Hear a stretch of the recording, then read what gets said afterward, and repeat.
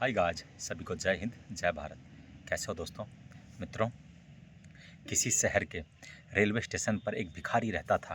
वो वहाँ आने जाने वाले रेलगाड़ियों में बैठे हुए यात्रियों से भीख मांगकर अपना पेट भरता था। एक दिन जब वो भीख मांग रहा था तो सूट बूट पहने लंबा सा व्यक्ति उसे दिखा। उसने सोचा कि यह व्यक्ति बहुत अमीर लगता है, इससे भीख मांगने पर ज़रूर अच्छे पैसे देगा। वह उस लंबे व्यक्ति के पास जाके भीख मांगने लगा। भिखारी को देखकर उस लंबे व्यक्ति ने कहा, तुम हमेशा मांगते ही रहते हो, क्या कभी किसी को कुछ देते भी हो? भिखारी बोला, साहब, मैं तो भिखारी हूँ, हम हमेशा लोगों से मांगता रहता हूँ, मेरी इतनी औकात कहाँ कि मैं किसी को कुछ दे सकूँ।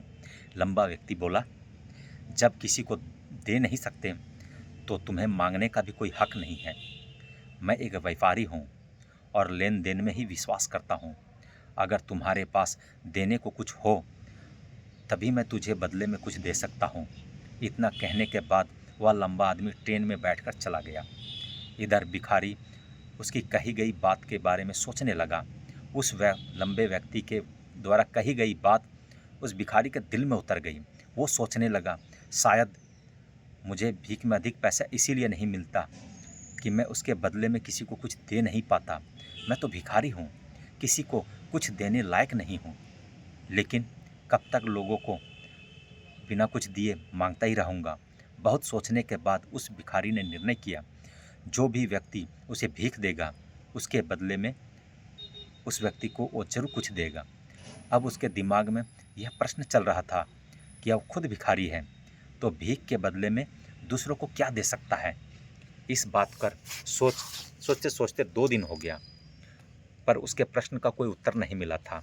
तीसरे दिन जब वह स्टेशन के पास बैठा हुआ था, तभी उसके नज़र कुछ फूल पर पड़े जो स्टेशन के आसपास पर खिले हुए थे। उसने सोचा, क्यों ना मैं भीख के बदले में लोगों को फूल दिया करूं। उसको ये विचार अच्छा लगा और उसने वहाँ से कुछ फूल तोड़ लिया। अब वो ट्रेन में भीख मांगने पहुँचा। जब भी कोई उसे भीख देता तो उसके बदले में भीख देने वालों के बदले में उसे फूल देता। वो खुश होकर फूल को अपने पास रख लेते थे। और भिखारी रोज़ फूल तोड़ता था और भीख के बदले में फूल बांट देता था लोगों में। कुछ दिनों में उसने महसूस किया कि अब उसे बहुत अधिक लोग भीख देने लगे हैं और स्टेशन के पास के सभी फूलों को तोड़ ले आते थे। जब तक उसके पास फूल थे तब तक उसको बहुत लोग भीख देते थे। जब फूल बांटते बांटते ख़त्म हो जाते थे तो उसे भीख नहीं मिलती थी। तब रोज़ ऐसा ही चलता रहा। एक दिन वह भीख मांग रहा था तो उसने देखा वही लंबा व्यक्ति ट्रेन में बैठा है, जिसके वजह से वह भीख के बदले में फूल देना पड़ गया।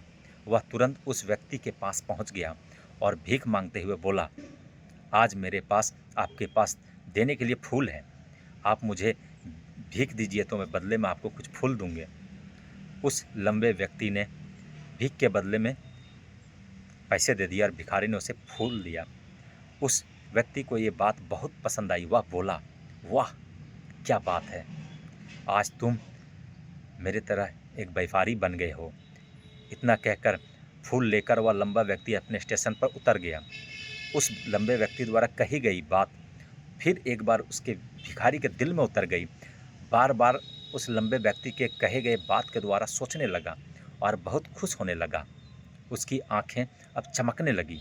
उसे लगने लगा कि अब उसके हाथ सफलता की ओर चल पड़ी है और चाबी लग गई है जिसके द्वारा वो अपने जीवन को बदल सकता है। वह तुरंत ट्रेन से नीचे उतरा और साइड होकर बहुत तेज़ आवाज़ में आसमान की तरफ देखकर बोला कि मैं भिखारी नहीं हूँ, मैं एक व्यापारी हूँ, मैं भी अमीर बन सकता हूँ। लोगों ने उसे देखा, शायद यह भिखारी पागल हो गया है, और अगले दिन से वह भिखारी उस स्टेशन पर कभी नहीं दिखा। लेकिन 6 महीने बाद इसी स्टेशन पर 2 व्यक्ति सूट बूट पहनते हुए यात्रा कर रहे थे। दोनों ने एक दूसरे को देखा तो एक दूसरे ने एक दूसरे से हाथ मिलाकर कहा, क्या आपने मुझे पहचाना?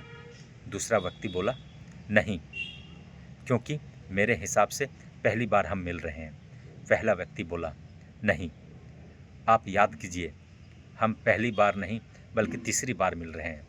दूसरा व्यक्ति बोला, मुझे याद नहीं।